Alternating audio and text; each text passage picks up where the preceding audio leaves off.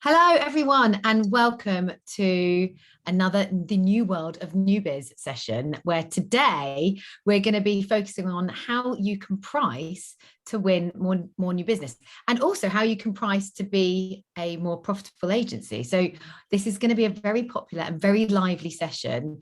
I'm going to very quickly introduce myself. So to those of you that have not attended before, my name is Katie Street. I will be your host for today's webinar, but also the founder of an agency for agencies called Street, and we help attract and win clients for mainly agencies, but work in some other B2B sectors as well nowadays, mainly in the kind of tech sector. And I'm joined by some fantastic panelists who are going to really help me delve into this very interesting subject. And I feel like I'm going to take a lot away from today, but I want you guys to take away a lot from today as well. So please, if you've got any questions, do pop them in. You'll see at the bottom there is a little Q&A box. Of course, feel free to say hello to everyone in the chat as well. But if you can try to put your questions in the Q&A, that will be really helpful. And I can make sure that we answer as many as possible. Oh, and Maisie's appearing. This is Maisie, also now me. She's secretly logging in the background to make sure that we go live on LinkedIn. So there we go. If any of you don't know Maisie heads up marketing here at Street. Look at that seamless little intro there. So my fantastic guests, I can't talk today. I hope everyone's had a good bank holiday, by the way, because I literally feel like today is Monday on steroids. I am seriously behind on everything. But I'm lucky to have the lovely Andy Brown, who is a lot more organized than me. And arrived early today and has just been brilliant. So for those of you that don't know Andy, in fact, I think a lot of you might already know Andy because he was our most popular sign-up recruiter on LinkedIn. Andy essentially is a consultant for agencies, founder of the Etc. Advisory, and provides coaching to leaders mainly in the agency space. Is that right, Andy? Primarily, it's people-based businesses, but agencies are my background. So 400 years of experience. And loads of interesting things to delve into. Obviously, Andy, as well as having his own experience in the agency world, consults and works with a lot of agencies, so has got lots and lots of ideas around how you can price to increase profitability and be more attractive to clients. Next up, of course, as always, we have some fantastic guests that come with client-side experience. And first up, the lovely Marta. So Marta joins us from the procurement team at Booking.com. Marta has, again, got some really great experience behind her, having worked agency side as well. She's got some really interesting ideas on different models and things that she's been exploring with Booking.com that I think introduce kind of different ways of pricing, if that's right, Marta, based on our little intro just now. Yes, I think that's right to say that right now, I think so much has shifted. Looking for partnership now between the agencies and the client is the crucial here in pricing. And something that what I loved about chatting to Marta pre us going live was that actually she's advocating something that I'm talking to our clients around a lot at the moment, which is starting with kind of smaller gateway projects. And she was saying, like, for instance, at Booking.com, the agencies that are brave enough to come in and work on a smaller project piece tend to get a lot more work. So if you haven't got different ways of working with clients and you're just in one specific big project way, then looking at these kind of smaller projects that might get you in the door with some of these amazing brands could be good. So we'll explore that with Marta shortly. And then some of you may have met Mike with me before. So the amazing Mike Lander, who also has both client and agency side, I can't talk today, experience, but incredible amount of experience in the procurement world. Mike's got some really interesting things to talk to us about today. How to make, I guess, focusing on value, something that's really important. Certainly procurement people think procurement always care about price. They do care about price, but actually it's more about value. So I think that's going to be a focus area for you today, isn't it, Mike? Yeah, absolutely, yes. I've got, as people probably know me, background in agencies, working with an SEO agency, background in procurement, used to work with private equity companies, and this whole value selling versus time, and how do you cope with, Andy brought up a great point earlier on, which we'll discuss, when in procurement, we ask for the readied rate card of how many people, what grade, how many hours, what's the hourly rate. How do you respond? How do you respond and then pitch value as well. So how do you do both so that you give them what they want, but also ensure that you position your agency as a value creator? So that'd be a great debate.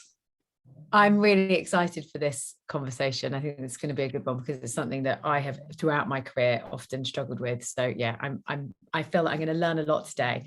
And last but not least, the lovely Rob. So Rob not only is, oh my gosh, now Rob, I'm going to forget your job title, MD, of course, and founder of Indiespring, isn't it? I am getting that right, I hope. Spot on. Yeah, yes. Absolutely.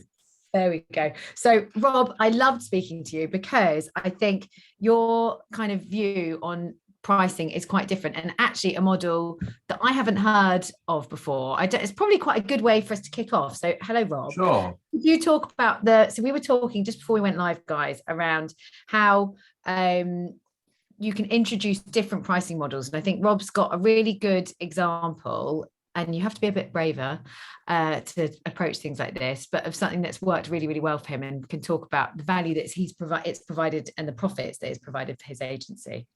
Yeah, absolutely. Thanks. Looking forward to this. Thank you for the invite. Yeah, so I mean, we're a mobile app agency based up here in Manchester, and yeah, the pricing model that we're exploring at the moment is a little bit interesting. Traditionally in a traditional design and build type agency like ours, you'd expect a large upfront investment in building the project, followed by a retainer thereafter to support and maintain. But it's not really how we built the business. So we're far more interested in that longer term partnership, and we're pretty open and transparent with the clients that it's going to require investment. After day one, pretty significant investment. In fact, over the life cycle of whatever the project is, usually more investment day one onwards than before we launch. So, one of the models that we've had success with, and I should point out, it's not every engagement that we do, but where it makes sense for both sides, rather than maybe 3 or 4 big upfront lump payments of, I don't know, to keep the numbers simple, say we're building an app for £120,000, rather than do all that as a project phase and then maintain and maybe support the app thereafter at perhaps £5,000-10,000 a month, something like that. We're moving to a model where we offer the client a retainer with a 12-month minimum at say £20,000 a month, or less, 15 perhaps. And what we're effectively doing is rolling up the development costs and amortizing that over. I'm not an accountant, so apologies if that's the wrong term, but spreading it out, let's say, in a Klarna-like fashion over the course of a year. That represents a risk to us, so we've got to be pretty comfortable with the fact that things can and do go wrong, and that might leave us out of pocket. But if we can spread our risk across a number of projects and build teams around these projects that are cross-functional, then it's worked well so far. The big advantage it gives us is not only helping win business, because the upfront investment, or at least the time required to find that budget is a bit more extended, but it also gets the client and us in the mode of ongoing improvement. So when we move out of this project launch, relationship changes, we're now supporting, and if we can, we'll try and do a bit of conversion optimization. So we're just rolling the same project team on and on and on into the future, and that creates great shared wins. It's great for us from a forecasting perspective, obviously, from a cash flow perspective, but it's great for the client too, because day 2, they've got exactly the same team working on it, the same level of investment as they had before, and it becomes part of their operational expenditure as opposed to a big chunky hit that hits sort of the capex budget. So yeah, working well for us. It's early days on some of them, but yeah, we're finding it quite exciting, and it's driving the right behaviors on both sides of the relationship, which is probably the most important piece. There's something really interesting there, Rob, I think, which is it sets up the conversation right from the start for you to talk about the value you're bringing to the client rather than the hours that they're buying. Yeah, and if it's a value relationship, then it's going to be entirely different feeling and quality and texture as you go forwards than if a client is simply thinking, well, I'm buying some hours, they're on the clock. It's not a transactional relationship, which really changes the discussion, I think. It does, yeah, and it also, frankly, we're investing a little bit. We're putting at risk some of our, the opportunity costs that we may have got on a project to put into the success of the project. And so, you know, we do sort of value-based pricing whereby we're aligned to objectives and remunerated if we hit them, kind of thing. But just from a relationship standpoint between individuals within the team and so on, that there's that aspect too. So it does help. Yeah. So Rob, the only thing I would say about CapEx versus OpEx, having worked in the private equity world, then the only time I'd say that might be a problem is if you're working for a private equity backed brand, they prefer to spend the cash as a one-off CapEx than they would to hit the EBITDA, because it's all about EBITDA improvement. So that's the only time I'd say that model needs to be flexed. Yeah, you're absolutely right. As I suggested, it's not it fits every scenario. You know, sometimes the brand has the budget and they want to spend the money, which that can work too. Typically, with the sort of scale-ups that are private equity backed, they're really using us as burst capacity for features and roadmap if they're struggling to hire. So it's a different relationship. But yeah, absolutely take your point. Completely valid. I think Robbie mentioned something super important, the word budget, because you might have a case that someone needs to spend the budget, but then you have the flip side, someone does not have the budget upfront for the big project, right? This is your goal right now.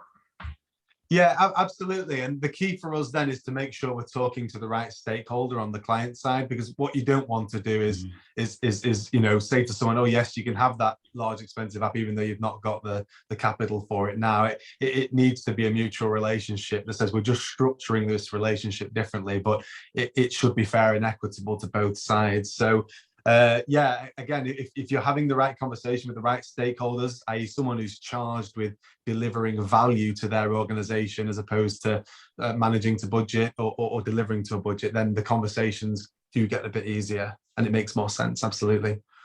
So Katie, there's a bit of a spoiler in here, isn't there? Which is the end conclusion of this will be there is no single answer to how you get your pricing right. Sorry, Katie, but you know. Exactly. No, that's what I was going to say, that I think you were talking about earlier, Andy, is, you know, the key to this is you've got to have lots of different, you know, ways of working and pricing models, and that's the key to success. And I think when you start an agency or, you know, you get into a habit of, you know, pricing certain things. So we do a lot of our work at Street on a retainer model because it enables me to sleep at night.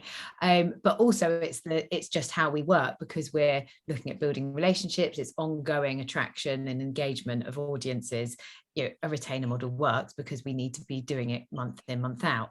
So, but actually layering into that, you know, different, exactly like we were talking about, Marta, earlier, you know, little project pieces of work for people that maybe can't afford a retainer or don't want a retainer. You've got to understand who your clients are and what they want, what's going to work for them. And you need to have lots of different, you know, if you want to be able to sell to a wider audience, you've got to have different pricing models and different ways of working that are going to suit varying different audiences, you know, and even if it's the same audience, sometimes you'll just need to have, you know, more creative ways of pricing things, I think. Well, Katie, it's your posters making the point. It's not about audiences, it's about which problem are you solving. And someone's problem might be that I've got a really good idea, I want to get it going, but I don't have the budget to CapEx it out.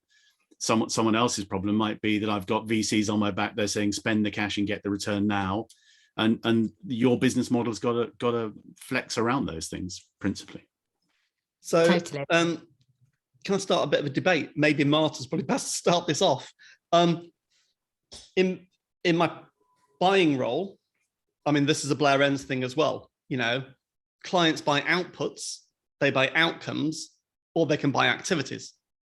So Marta, what's your kind of view of kind of when do you do which as a buyer? I think we're going to go back to the same clue of this. There's no one straight answer. There isn't. No, there isn't. Because even when you think of one brand, one client, each team might work differently. Their expectations and what they're adding to the business might be so different across the whole department. So someone might need focus on a retainer or the hours you might need, but then you might have someone who needs to provide deliverables and not just have someone at hand, right? So I think the clue here is to really understand what is needed and be open about those conversations, and then be open in the pricing from the beginning. And if we need to go for the outcomes, for deliverables, let's talk about it from the beginning, and let's just drop the rate card here, even though my procurement heart is telling me, well, rate card is something I'm always going to ask for. But it should not be the focus. We should be flexible in how we switch, and each team, each department might have their own way of doing that. And why, Marta? So rate cards. Why is it that you, me, all procurement people, we like rate cards? Why do we like them so much? I think this is the phrase that I think Andy used in our earlier call, apples to apples, right? This is sometimes the only way we can actually see how you position yourself, how you position across other agencies we might already have on the roster for a very similar piece of work. This is literally the only way. And as visionary we might be in the marketing, it often is going to come down to the budget. And there's going to be a question, why are we paying X higher when other agency can pay lower, right? That's what it's going to come down to. So how do we do both? So what I'd like to do is, and we'll talk about RFPs if you don't mind a bit later on as well, RFP qualification. I think, again, Andy's smiling, so it's again another topic of probably. Well, I'm just watching Mike pile in. It's like you're reading my mind. It's great. You know, that when you're looking at the rate card, etc. What I'm looking at the moment, so again, talking to a number of agencies, I don't think this is any more one or two individual brands. There seems to be a big trend now. I'm seeing brands terminating agreements because they've got termination at will clauses. I'm seeing them renegotiate contracts with agencies, moving from a fixed retainer over a 3-year period into, I want short-term commitments, no more than 3 or 6 months. I want to move from outputs to time. I want to audit your timesheets so that I know, you know, why are you using Fred at this rate when you could use Jane at that rate?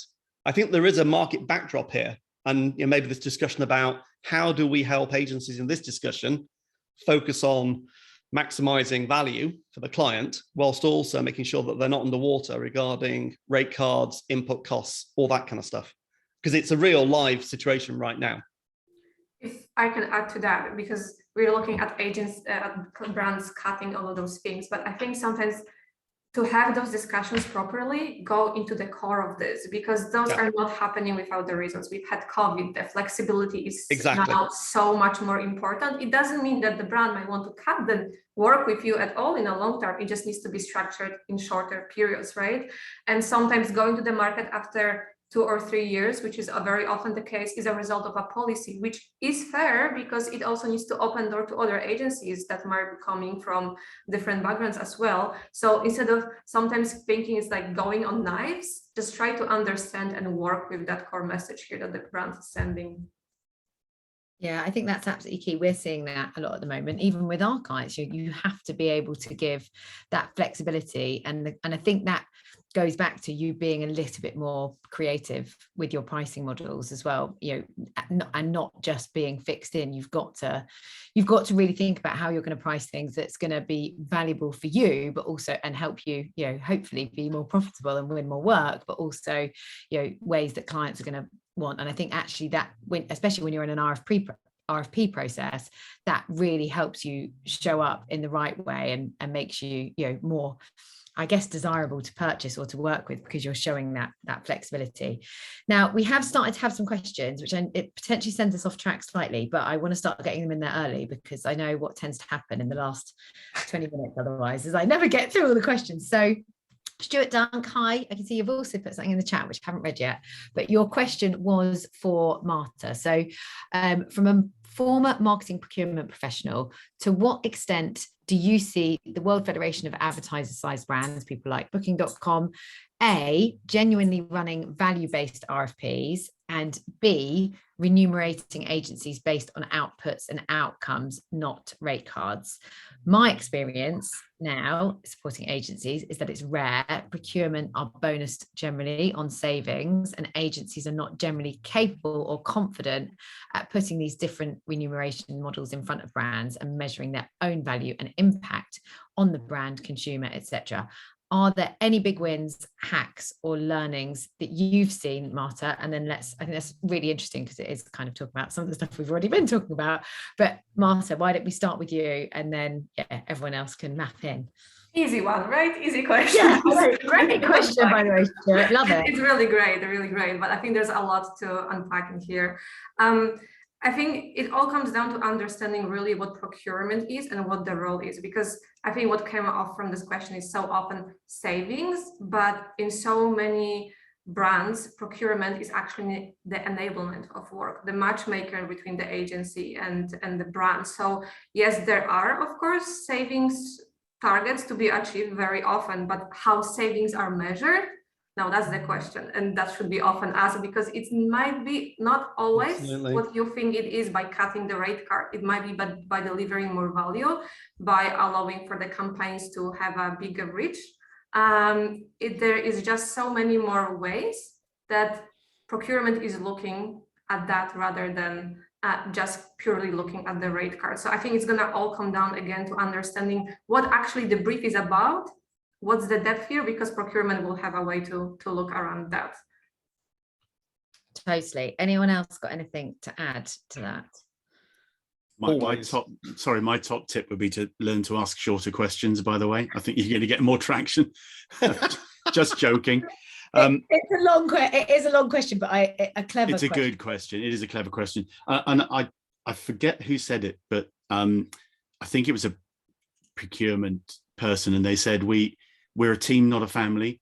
And I think agencies can shoot themselves in the foot when you have an existing relationship and you believe that you have a kind of long-standing familial relationship with a client. The fact is you have a team relationship, and when a team gets promoted or gets better, that team will have to get better with it, which means you want better agencies, more specialisms, more expertise. If you kid yourself that you're part of a family with your clients, you're going to get real trouble. What you need to do is constantly be getting better, constantly looking to improve, solve better problems, and procurement will love you for that, and they'll give you more and more work. If you think it's just, well, we worked with you for 15 years, so you must carry on, you know, you're in a lot of trouble very quickly. Yeah, and I think value-based pricing is something, you know, we all want to get to, and we don't, you know, at Street, we don't quote based on hours or time or a rate card. In fact, I mean, we do kind of have a rate card in the back of our head roughly, because we know what we need to earn in order to be a profitable business and do a good job for our clients. But, you know, at the end of the day, we are pricing based on what we, you know, here or whereabouts, exactly what we think is going to be the most valuable approach for that client. And we do kind of bespoke pricing models, but we know around about where we need to be based on, you know, our experience of delivering for those clients. And I think it's quite a hard thing to get your head around sometimes. Like when I sort of started the agency, I was like, I don't want to be pricing on rate cards. And I guess I'm lucky to a certain extent, and we do get asked for it sometimes, but I will just be honest and push back. And if their client really doesn't understand the value that we're going to provide and how we've priced it, then, and they don't want to work with us, then they don't want to work with us. But it is something that takes a fair bit of bravery, I would say. On that note, Fareed Patel has asked, does anyone have experience specifically selling value percentage of outcome in a design and build agency? That, Rob, sounds like one for you. Yes, I have. I think Mike mentioned Blair Enns. I would have a look at his work, particularly pricing creativity. I read that, went on a course with Blair, engaged with his organization now. They've guided us through this. It absolutely can work. What I haven't had is any success doing that with a business that has a strict RFP or procurement process. It's just too outside of the bounds of the normal route. I also haven't had success where the value of it isn't placed at risk from our side. So it might be, look, this would be a £150,000 project, but we'll do it for £50,000. But if we hit all of these targets, you give us £500,000. Again, it's a risk, but it's really what we're selling there is risk, not value. So I'm not sure I've got I've got an example of absolute pure play. We have managed to convince someone that we are successfully differentiated enough that they are willing to pay us exponentially more for our expertise that we're bringing. And I think that brings us back to an important point, which again is out of Blair Enns' playbook, which is that successful differentiation. If you are viewed as a commodity in design and build at the moment, absolutely can be, especially the build side of that. It is almost impossible. You will just get compared. And so, you know, I'm a little bit more sanguine about that in the business. There are relationships that we have that are done on a rate card, time and materials, and I'm actually grateful for some of that. It's low risk to us. Yes, it's low margin, but some of these relationships have extended for a long time, a significant portion, and it makes up that portfolio of pricing that gives me a simple, low risk, low margin, but assured income for the more frankly mundane support type work that we can't charge a significant margin on. So yeah, sorry, to answer the question, I have, but I think I've cheated a little bit. But I would definitely recommend pricing creativity if you're looking at exploring that option. Definitely. Just before, Mike, because I can see you put your hand up, I've recorded a podcast with Blair, so he's been on my Word on the Street podcast. We talked about exactly this. So I'll make sure that we share that episode, because it's only about an hour. Not that you don't want to get involved with the whole thing, but it's a free asset, and it will give you a stepping stone into Blair Enns' methodology, which is really, really good, and I'm a huge advocate of his. But just to map into one thing that you were saying there, Rob, which is exactly what we try to do for all of our clients. It's so important, and this is a kind of layer before you go into kind of value-based pricing, etc., is if you're seen as more valuable, people will pay more for you. So understanding the value, and I talk about this a lot, so I'm really sorry to those of you that have listened to me before. I do feel like I'm continually banging this drum, but it's so important. If you understand the needs of your audience and the problem that you solve and the value that you provide, and you build your content and your marketing strategy around that, and you're continually engaging with them, it's like, me, hopefully most of you guys potentially could be clients of mine at some point.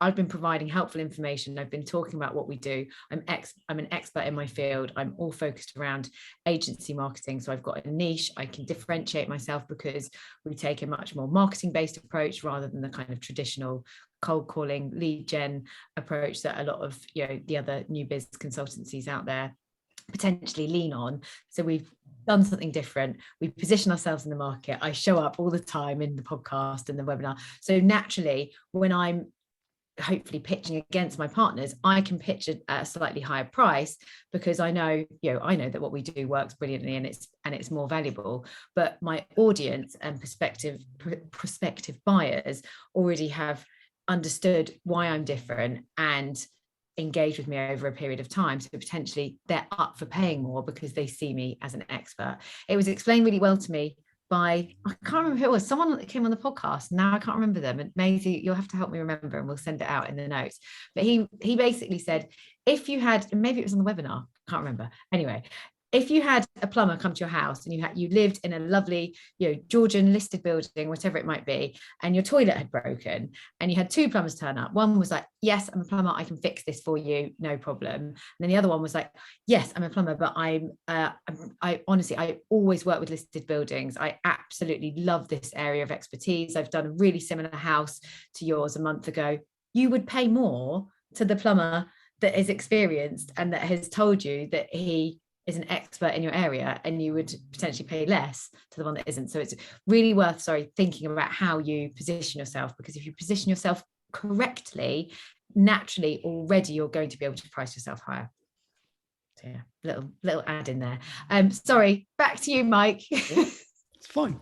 So let me give you a scenario and one solution where pricing goes wrong. So big high street brand, traditionally sold through the high street. Clearly the last 2 years, massive acceleration of digital. Now they want to have much more online e-commerce. So they want a new e-commerce site, and they want SEO, and they want link building, and they want all sorts. So, and they say to an agency or 3 agencies, right, come on, pitch up, and they want a fixed price to do this piece of work. Well, it's bonkers. That would be insane. The client's got no idea at all what the challenge is. They haven't set targets for the outcome. It's not phased. The agency is going to pitch up and try and win the work by fixing their price on a scope they've no understanding of, back-end systems they've never seen. It's going to go badly wrong. So a different approach. So Marta, it'd be great to get your view on this, and Rob, Andy's and Rob's as well, is an approach would be to say, right, we need to have a discovery process. So a paid discovery. And the paid discovery pricing model might be agile, we're going to do 2 sprints of 6 weeks. That gets us to a certain point. Marta might say we're going to cap the value of the sprint, but it's T&M based, it's agile, it's a sprint. That's going to give us a scope of works. Now we've done the discovery, now we can set deliverables and we can set targets. And then the commercial model might be part output, fixed price, part outcomes, performance reward. And if you underperform, then we'll also have service level credits or reduction in invoice as an idea. So up for debates. I don't care who wants to start. Mike, I love that, by the way, having spent years working in a design and build or in various design and build agencies, it is really, really hard. And not all clients are willing to pay for that upfront discovery phase because they're in a competitive tender. And we have had a question that is kind of about this. So we're kind of naturally answering it without me reading it out. But that it's really, really tough because you've got to convince the client. And often, we would invest in a competitive pitch scenario, lots of time. I've had developers go up and sit with development teams client side as part of the pitch process, because how on earth can we quote when we can't see if you're onboarding someone else's technical build and you can't see the quality of how it's been coded? It's so pie in the sky, and the clients are looking for a fixed cost, often, not now hopefully, but they used to be, looking for fixed costs or some kind of like percentage of whereabouts costs might be. And it's virtually impossible as an agency to give them that cost because you don't know enough until you've gone through that discovery phase. So I'm a huge fan of this, and this is how we work with our clients. Is I can't quote you, and for the right client that I know is going to be good, we do a short discovery, like afternoon or hour and a half, couple of hours, so that we can understand more about them and then quote back. I do appreciate in the RFP and the competitive environment, it's harder to do. So Marta, I don't know if you've got any ideas or solutions for us, but I'd love to hear your kind of view on this. Yeah, I think there are 2 major things. Remember that you don't have to participate in every RFP, every pitch that comes along. If you feel like the brand isn't mature enough for that project, value your side. Don't take it, know what you're going for, right? It's just only going to end up in disappointment on both ends when this project just goes downhill. Other thing you can do, because also sometimes you need to take this into consideration that someone was just tasked with this project and now, oh, go ahead, that's why we're going to the market, right? To try to find expertise in that field would be to go back and walk through by hand slightly why we need to do that. Why would you think that this might be the right approach? And I've seen cases that we actually flipped around a whole RFP, extended it, adjusted the timelines, and in slightly different field, but we introduced slightly as a discovery phase when thinking if the budget is X, we really want to make sure we have the best partner who can have a bit more of an insight. So I would say 2 things. Look into the RFP, whether you really want to participate. If there's no flexibility and you see it's gonna go downhill, I would just step away from it, honestly, even though I'm a brand and probably shouldn't be saying that. No, I think that's so true. You've got to assess whether it's it's worth your time investment to go for something. You don't think that they're gonna give you enough information, because otherwise you're quoting blind. It's really, really tough. Sorry, Marta. Just to close this one, and I also would be often cautious about using the word discovery phase. Like, we need a discovery phase because, like, do you think the big brands don't know themselves? Like, careful with the wording here. Why do you try to sell that you need this phase, however you call it? Not because we want to discover you, but because XYZ. Just, I think this also makes a difference, explaining what this is and what for. Totally. Guys, did you have something to add there? Rob, I feel like you're teetering. Sure. I was just going to say, so we do go through a discovery process for that exact reason. A lot of the time people want us to adopt an existing solution, and you can't do that without having a bit of information. What I would say is, I think Marta's point's absolutely right. We don't go for RFPs typically because they don't allow us to do that. Following on from Mike's sort of scenario, I think we've tried that and we've tried to charge, but as I saw flash up in the chat, the challenge then is, unless you are sufficiently differentiated, the other 2 competitors aren't charging for that and are willing to pitch at a fixed price, low cost.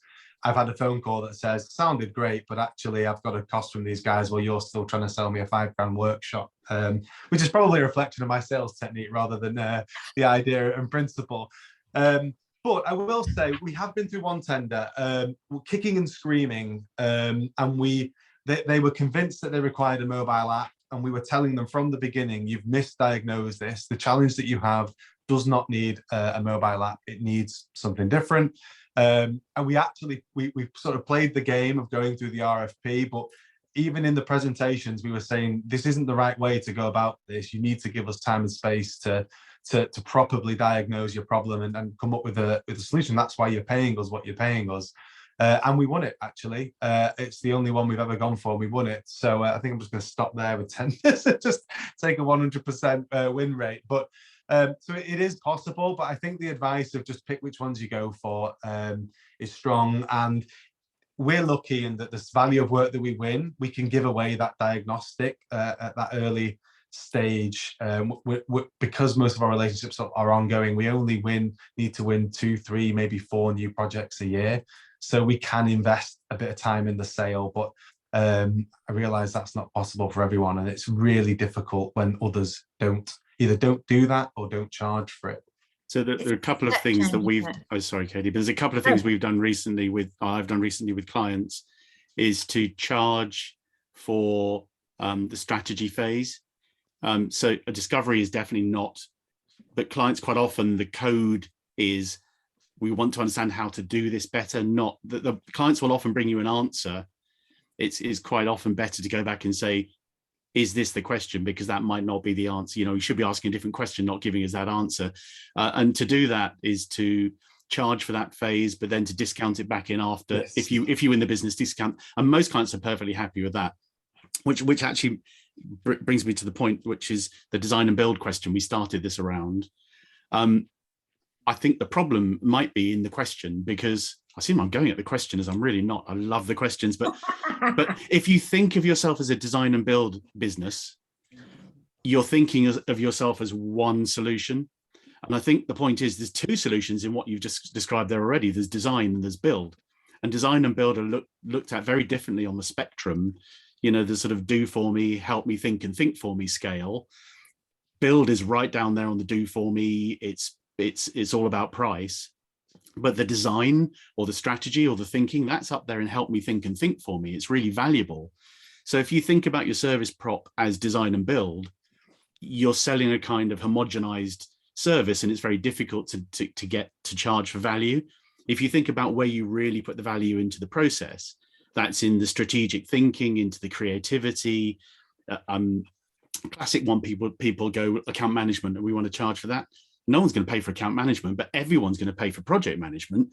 Get your nomenclature right, and think about where you add value, and then you can ask the question, what would someone find valuable? And I think Marta's smiling, thank goodness. So maybe that's landing. And I think procurement people are pretty bloody smart, most of them, and they will buy value if you can demonstrate that is the valuable bit. If you try and homogenize everything together and make, classically, agencies go, we're going to throw all the strategy in for nothing, and we're going to try and make that back up in what we charge later on. Well, no surprise, 6 months down the line, the client looks at what you're charging and goes, this feels a bit spendy for this pretty basic service we're getting. And you're busy trying to rake back all the free strategy you gave them, possibly with a new client who's come in subsequently and going, no, I'm going to bring in a new agency. So I think the design and build question is brilliant, but think about where you create value and look at charging appropriately for that if someone finds it valuable. And Andy, just that point on account management versus project management, I can't tell you how many conversations with agencies I have where I say, I'm not buying an account manager. I expect you to be organized around the relationships with me as a stakeholder, but project management, program directors, absolutely. Yeah. Who wouldn't what want you're saying, you don't want the project to be managed. Okay, fair enough. No client's ever said that. Exactly. Yeah, but if your account management team are, we don't have account managers at Street, we have campaign success managers, because not only are they account managing, but they're running the campaign strategically. They're looking at the data, they're delivering the marketing outreach, they're they're not account managers. They Well, are accounts. Account management is part of their job, but they're running campaigns. I don't think account management is part of their jobs. Account management, an account. What client, Marta, would you like to be thought of as an account? Someone to be milked for profit? I mean, I think the word sets up the wrong relationship. Yeah, if I describe my wife as my cook rather than, I mean, which she doesn't, I do that. But, you set up the nature of your relationship in the words you use about it. It's not an account. It's a client. If you're a client-centric agency, you do not think about accounts. You might think about project management, hopefully. And then also, if we have account management there and I see, oh, this can go out for the window, we don't need it. My mind, the first thing is, what else can go from there? Exactly. What else can I remove? So this is just gonna start the line there. Yes, do not have account managers, have client strategy managers, I don't know, but something that's actually valuable, that the client will go, I understand what they're doing and why they're valuable. Okay, to have like project managers, strategy people, content developers, good old fashioned, call them what they are. Yeah. If they're adding value, Marta will pay for it. If they're not adding value, she won't. No, totally true. Katie's podcasts and webinars are always so valuable, and I find I'm scribbling all the time. But if you scribble nothing else down, scribble down the word account manager and then cross it out, because that's the only thing you need to take from this discussion. If you're an agency, it is. I mean, you've seen Marta's reaction to it, and she's gone, right, we're taking out account management. What should we take out next? Oh, you stuck your MD in for some reason. Well, we know the MD's used to, he's an operations person. We'll cross the MD out, and he's $2,500 a day, so he's gone. I mean, you're setting yourself up for failure, and you can't be surprised when then your relationship with procurement people is dysfunctional. Yeah, it's so true. We once had a CEO of an agency that I work for try and pitch himself in as a oh God, what was it? What was he trying to do? I can't remember anyway, but not his role at all. And it was like the client, it was to quite a big financial institution for like £1 million plus, big project, technical project. And they were like, and I knew that this was going to happen, and I tried to set it up, but you can only push back so far to your CEO or founder. And he was adamant he wanted to be there, and it was just embarrassing in front of the client. I'm sure it's one of the reasons that we didn't sadly win the work, because they came down for the day and we nearly got there. Mike, have you got something to add to that? Different topic, which again, let's get some debate around. Well, sorry, Mike, before you do that, I just spotted a question. Someone said, what if the client calls our bluff and won't do this? Before we get off this, because I think that's really important. Yes, no, that's fine. Is that in the chat? Sorry, I might. It was. Sorry, I just. Come, Andy, I need to get you in hosting these. Sorry, Katie. No, I just wanted to see if someone said how well we're doing, and they haven't yet. So Yeah, come on, guys, give us some love. No, it's amazing. I feel like I can sit back and relax. I'm just going to go make myself another coffee. Sorry. But I think, but calling your bluff is not what they're doing. What they're doing is that people are going, I don't see the value in what you're doing. And if they're saying that, either you've not communicated it very well, which is normally the case, I've got to tell you, and I've done this for years. So, I've been on that side of it, and I've always gone, all buyers are liars, that old maxim. It's not true. Most agencies are stupid is the real maxim, but communicate it better. And if they really don't get it, if you're really communicating it well and they don't get it, then move on, because they're not the client for you. So there's not a question of calling a bluff. It's a question of fit and chemistry.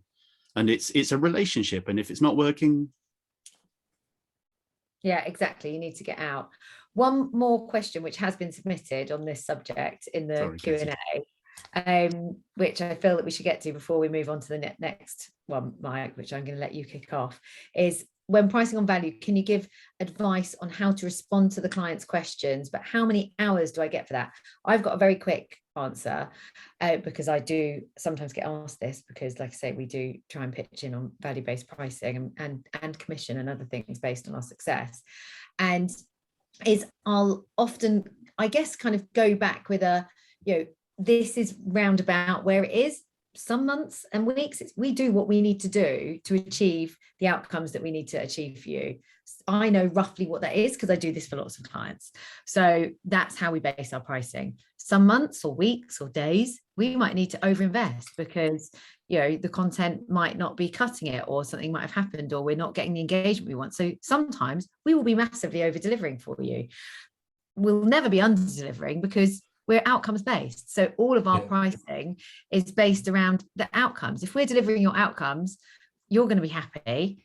My team are going to be happy. Of course, I want to be able them to do it, the least amount of time possible so that I can, give them more work from other clients maybe. But the reality is we know roughly where it is. And if we need to invest more time, it's actually a better way of pricing because you're going to get what you need to deliver the outcomes that you want. If I can just add to that about the questions, how many hours do I get? What's the hourly rate? I would not demonize this question because when we go down to apples, sometimes this already gives such a big opening and clearer picture, as in, are you really undercharging? So did you really understand the assignment? Do you know what are we asking you for? So sometimes asking for the rate card doesn't mean we're gonna go for this model. We just want to understand how you position yourself, how you see yourself, how you compare to the others. So yes, stick to selling. I think the value, the outcome here from this perspective, but I would still be willing to look into the rate card because this is the only apples to apples we're gonna get here. Yeah, and I think that's it's the science behind it, isn't it? It's being open and honest. Yes. I think the other thing that I would push back to clients on is I'd say, if I quoted you based on my rate card and based on a fixed amount of time, if we're not getting the results I want and I'm so planned in with my team's time, I'm not going to be able to upscale when I need to. So it's not even just about rate card, it's more about the way that we operate as an agency. But I agree, if they said to me, how do you work it out? I said, well, look, roughly this is how it's worked out, but we're just not rigid, we're outcomes based. Does that help? Hopefully that answers the question. Mike, we've got a couple more questions, but before we go to those, I'm going to let you kick off with your debate. So price chipping. So I'm a buyer. I've got 3 agencies that are bidding for a piece of work. I've scoped it out fairly well. Rob comes in and says, yeah, for what you want, it's 100K fixed price. I immediately say, Rob, that's really interesting. You're way outside the market rate. The market rate for this piece of work is a maximum of 50K. Please revise your response. So what do? Andy, what happens next? I mean, I'd want to understand what the client was comparing me to. If my price was twice, is that apples with basketballs? Correct. And then they're going to look different, and the value. Yeah. I mean, Rob, have you been trapped in this before? Yeah, absolutely. I mean, you can imagine if someone's looking to offshore work versus use us who are completely UK based, it's those sort of numbers. I think, at that point, you've just got to be keen. You've got to be able to explain the value that you bring. But at this point, there's no point trying to convince someone. Honestly, what I would do is politely walk away at that point. I'd suggest, this is why we charge what we do. This is where we believe we add value. If you feel you're going to get good value and an answer to the problem that you've got from an alternative supplier, best of luck. I don't mean that in a nasty way. I mean that in a genuine, I'm glad you found something that you think is going to solve your problem. And I think that's where just you don't chase after every I don't know what the analogy is, fish, whatever. Pick your battles. And I think, as I say, if we're being cross-shopped with people that are that much cheaper than us, we're not here to persuade people. Luckily, we're not on the treadmill that we need to win business. If we were in the position to, we just move on at that point, honestly. So one thing Mike, I think there's a way to avoid having those sorts of questions. And I describe it as the agencies are the sea anemones, they just sit on a rock with their little wavy fingers. And that anything that comes past the sea anemone, they grab it because it might be food. Yeah. And you just grab it all. If you can evolve from being a sea anemone into a shark, you can actually go looking for what's good food. And the point there is, if you go and spark the conversations with the brands that you can really solve their problems, where that you would bring something to the conversation, then that's you have very few of those conversations. If you're just relying on people coming through the door, exactly, then you'll end up being the sea anemone and you'll never evolve. On that point, Andy, that scenario, it's so look at price anchoring. Anyone that's on the thing, it's a classic price anchoring. We're taught it as negotiators. That point, Andy, about if Rob's 100K and I've got a bid at 50, the 50K, well, first of all, I'll probably pay 65, 70. 50 is just my low anchor, so I've counter anchored. But if I really want the quality, it probably is, between 170, somewhere around there. So Rob, that value piece, describing the difference between an offshored build versus an onshore design and build with strategy, and the quality of people and the conversion rates of the e-commerce site that we've built. If then they still say it's still 50, then then it's a walk away. But what I find a lot is salespeople, bluntly, can't describe the value. But if they can't describe the value, why should me and Marta buy it at 100K? If you don't know what it is, why on earth should I pay 100K for it? Marta. Yeah, and I think also to add to that, very often, especially through RFPs, it's like, oh, it's an RFP, it's a big brand. Let's just put our dream price. They have money to pay for it. No, I'm going to come back with exactly the same argument that you're doing. I have other offers at here. So just, be respectful of each other's time. Like, it's a dance we can be doing back and forth on prices, or just sit to the table and see whether there's a match or not. Yeah. Again, it's going back to that value piece. Show why your approach, or get the client to understand why your approach is potentially more expensive or is cheaper.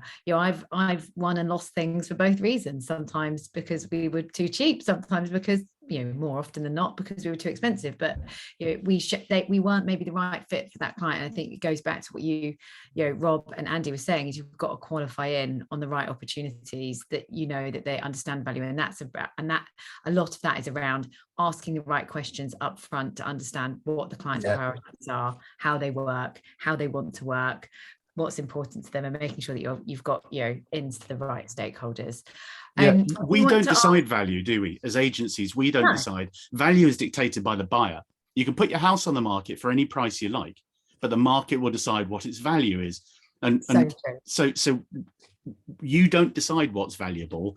All you can do is try and guess. You can try and understand the client's problem, understand what they're trying to achieve, and then you hope that they will see your solution as the most valuable. And if you really, really communicate it well, then you're going to be a winner every time, or almost every time. If you just think, well, this is where, if you don't, what we've all said, you said it. Yeah, it's so true though. You've got to take the time to understand your buyer and your audience, because if you don't, then you're not going to win. Now, I'm going to launch the poll. Can't talk properly today. There's something seriously going wrong with my brain. I'm going to launch the poll in the, oh my God, see, I still can't say it. I don't know what's wrong with me. I'm going to launch the questionnaire in the background because there are some really interesting questions around pricing and value. And of course, once we've collated all of your votes, and hopefully my lovely panelists should be able to vote as well. Allow panelists to vote. If you guys can be filling that in the background, we will make sure, I promise, that we share the insights with you and that we put them on our social channels. So if you follow us, you'll be able to see them on there.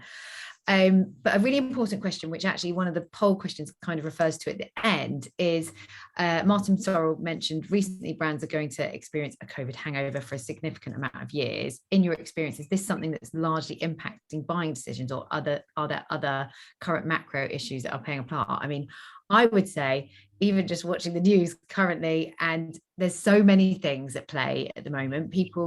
Buyers, consumers are worried about their own finances. They're not, retail. I know because I spoke to a new biz opportunity this morning, and that, there have been more baskets abandoned than ever before because people are worried. Buying decisions for consumers, as people, just think about yourself.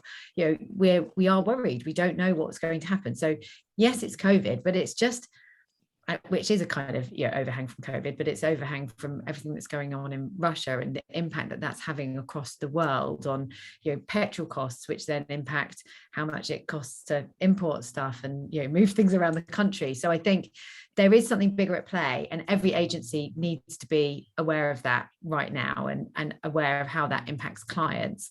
Marta, I'd love your opinion on this and how it's affecting you guys at booking.com.